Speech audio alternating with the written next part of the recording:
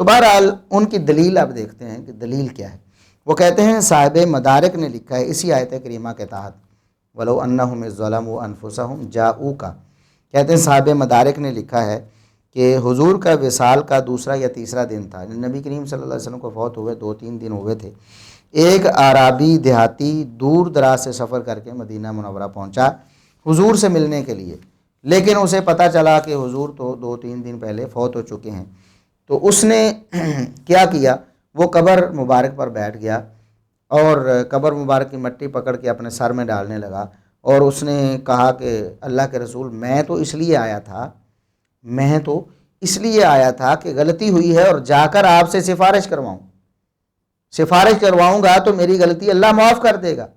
اب آیا ہوں تو مجھے پتہ چلا ہے کہ آپ تو دنیا سے چلے گئے ہیں، آپ فوت ہو گئے ہیں، اب میں کیا کروں، میں تو یہیں بیٹھا ہوں، میں نے تو اپنی غلطی معاف کروا کے ہی جانا ہے. صاحب مدارک نے لکھا ہے اسی آیت کریمہ کے تحت کہ حضور کے وصال کا دوسرا یا تیسرا دن تھا. ایک عرابی دیہاتی دور دراز سے سفر کر کے مدینۃ المنورہ پہنچا حضور سے ملنے کے لیے. جب داخل ہوا تو پتہ چلا کہ حضور کا تو وصال ہو گیا 3 دن پہلے. تو پھر اس پہ کیا گزری، اس نے رونا شروع کر دیا اور حضور کے روضے پہ آیا، قبر انور کی مٹی کو اپنے سر پہ ڈالتا اور کہتا حضور میں تو گناہوں کی بخشش کے لیے آیا تھا، اللہ کا کلام پڑھا تھا، اگر اپنی جانوں پہ ظلم کر بیٹھو تو محبوب کی چوکھٹ پہ آ جاؤ. مجھے یہاں آ کے پتہ چلا کہ آپ تو وصال کر گئے ہیں، تو میں تو نہیں جانا جب تک گناہوں کی مغفرت نہ ہو. ضد کر بیٹھا تیرے کولوں انج منگاں گا جویں اڑیاں کرے ایانا. تو وہ ضد کر بیٹھا حضور کے روضہ انور کے پاس، قبر نور کے پاس بیٹھ گیا، مٹی لا کے سر میں ڈالتا اور کہتا کہ حضور میں تو بخشش و مغفرت کے لیے آیا ہوں، میں نے تو نہیں جانا جب تک میری مغفرت نہ کر دی جائے. تو صاحب مدارک نے لکھا ہے فنودی من القبر انہ قد غفر لک، قبر نور سے آواز آئی جا تیرے گناہ معاف کر دیے گئے. یہ حضور کے وصال سے 3 دن بعد کی کہانی ہے. پہلی بات تو یہ ہے کہ یہ من گھڑت قصہ ہے، ایسی کوئی روایت نبی کریم صلی اللہ علیہ وسلم یا صحابہ کرام سے قطعاً ثابت نہیں ہے. دوسری بات، اگر ہم اس کی سند پہ بھی بات آگے کر لیتے ہیں، محدثین کے اقوال بھی ہم اس حوالے سے نقل کرتے ہیں. پہلے ہم ذرا لاجیکلی اس روایت کو دیکھتے ہیں. اس شخص کا، اس عرابی اور دیہاتی کا عقیدہ کیا تھا؟ اس کا عقیدہ کیا تھا کہ نبی کریم صلی اللہ علیہ وسلم حاضر ناظر نہیں ہے. اگر وہ حاضر ناظر سمجھ رہا ہوتا تو وہیں پر ہی عرض کرتا اللہ کے رسول میرے سے غلطی ہوگی، میری جو ہے وہ خطا معاف کروائیے، میرے لیے سفارش کیجیے. نہیں. اور اس سے یہ بھی ثابت ہوتا ہے کہ نبی کریم صلی اللہ علیہ وسلم کے جو صحابہ تھے یا آپ کے دور میں جو موجود مقدس ترین افراد تھے وہ بھی غیب نہیں جانتے تھے، ورنہ صحابی کو پتہ چل جاتا اس عرابی دیہاتی صحابی کو کہ حضور فوت ہو چکے ہیں. وہ دور دراز سے ملنے کے لیے پھر نہ آتا یا وہیں سے بیٹھ کے ہی پھر سفارش کروا لیتا. بہرحال کئی ایک باتیں ہیں جو مطلب سوچی سمجھی جا سکتی ہیں، لیکن یہ من گھڑت قصہ ہے. اس روایت کو جن لوگوں نے پیش کیا ہے ان لوگوں کو چاہیے کہ اس کی کوئی سند پیش کریں. آخر سند دین ہے نا. جیسا کہ عبداللہ بن مبارک رحمہ اللہ تعالیٰ کا فرمان ہے کہ صحیح مسلم کے مقدمے میں امام مسلم نے پیش کیا ہے کہ الاسناد من الدین لولا الاسناد لقال من شاء ما شاء. سند تو ہمارا دین ہے، اگر سند نہ ہوتی تو جس کا جو دل چاہتا کہتا رہتا.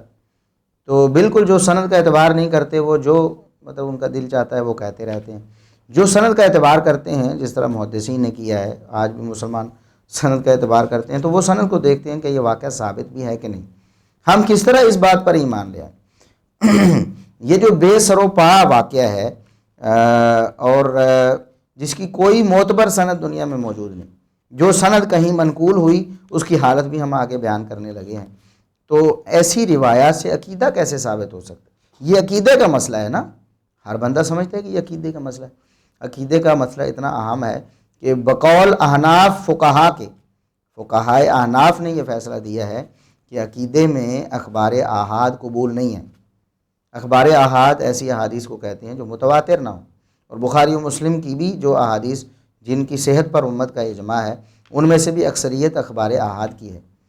تو اخبار آحاد بخاری مسلم کی بھی ہوں تو حنفی فقہا کے نزدیک اسے عقیدہ ثابت نہیں ہوتا، چیجا کہ اس طرح کی جھوٹی روایات سے وہ اپنا عقیدہ ثابت کرتے رہیں۔ تو یہ بات میں اپنی طرف سے نہیں کہہ رہا، یہ بات ملا علی قاری حنفی صاحب نے کہی ہے۔ ملا علی قاری حنفی احناف کے معتبر ائمہ میں سے ایک ہیں۔ انہوں نے ایک کتاب لکھی ہے، ہم اس کے بارے میں تفصیل سے اس کا نام بھی نہیں ہے بتاتے، بات لمبی ہو جائے گی۔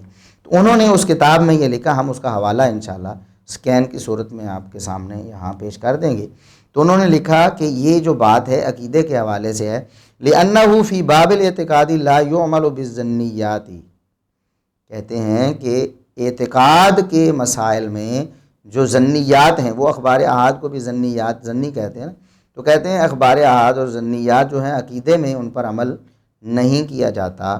اور وَلَا يُكْتَفَى بِالْآحَادِ مِنَ الْأَحَادِيثِ الْوَاهِيَاتِ وَالرِّوَایَاتِ الْوَهْمِيَّاتِ، اور کہتے ہیں کمزور روایات یا وہمی جو روایات ہیں ان پر جو اخبار احاد بھی ہیں اور ساتھ میں اس درجے کی کمزور اور من گھڑت بھی ہیں، ان پر ہم کس طرح بنیاد بنا کر ایک عقیدہ بنا سکتے ہیں۔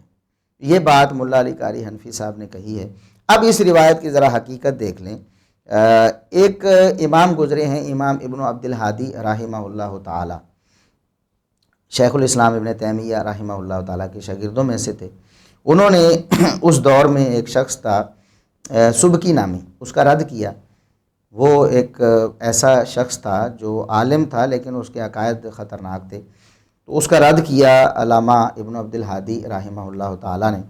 تو وہ فرماتے ہیں کہ اس کی ایک سند، بعض لوگ کہتے ہیں کہ یہ سند ہے، اگر ہم مان لیں کہ اس کی سند یہ ہے، تو وہ کہتے ہیں کہ والجواب ان ھذا خبر منکر موضوع و اثر مختلق مصنوع لا یصح الاعتماد علیہ، اگر مان لیا جائے کہ یہ اس کی سند ہے اور ہم اسی سند سے اس کو مان لیں کہ یہ واقعی روایت اسی سند سے ہے، تو کہتے ہیں کہ یہ منکر خبر ہے اور من گھڑت ہے اور یہ خود ساختہ اور بناوٹی ہے، کسی نے اپنی طرف سے بنائی ہے، اس پر اعتماد کیسے درست ہو سکتا ہے؟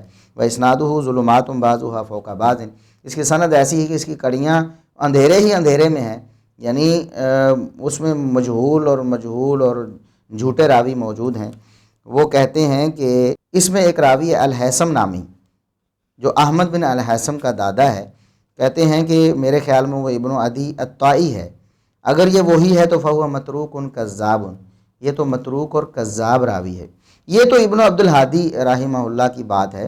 ہم چلے آتے ہیں تھوڑے سے پیچھے، یہ تھوڑے ہمارے قریب زمانے میں ایک کتاب ہے کنز العمال، کنز العمال نامی کتاب ہے، تو اس میں جو اکثر ہمارے بھائی ایسی بے سروپا روایات یا جھوٹی یا کمزور روایات وہاں سے پیش کر کے اپنے عقیدے کے طور پر انہیں پیش کرتے ہیں کنز العمال۔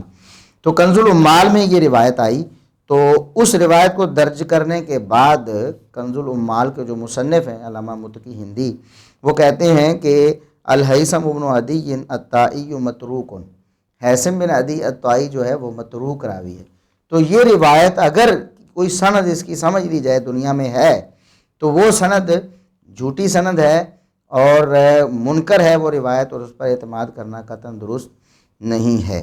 یہ تو ہو گیا یہ واقعہ جو مولانا ثاقب رضا مصطفی صاحب نے پیش کیا ہے کہ نبی کریم صلی اللہ علیہ وسلم کی وفات کے بعد 3 دن یا 2 دن بعد ایک شخص عرابی آیا اور اس نے آ کر قبر مبارک پر ڈیرا ڈال لیا اور اپنی قبر پر جو مٹی تھی وہ اپنے سر پر ڈالنے لگا اور کہا حضور سفارش کریں، معافی لے کر ہی جاؤں گا۔ پھر قبر سے وہ کہتے ہیں کہ آواز آئی کہ تجھے معاف کر دیا گیا۔ تو یہ روایت جھوٹی اور من گھڑت ہے، ایسی روایت سے عقیدہ بنانا کیسے درست ہوتا ہے؟